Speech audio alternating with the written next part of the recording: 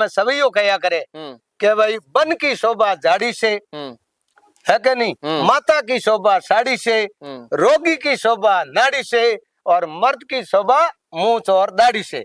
और क्षत्रिय वर्णा आश्रम धर्म री मर्यादाओं ने भूल चुका हूँ। अपोरा जका ग्वाला हा वो नींद लेवन डूगा जनो एवड़ तो उजाड़ी करी लोगों रे। तो राजपूतों रे जिन टाइम काचेली साड़ नहीं आवती, क्षत्रिय और ब्राह्मण ने देवी दो लागू है, कुल देवी और वर देवी।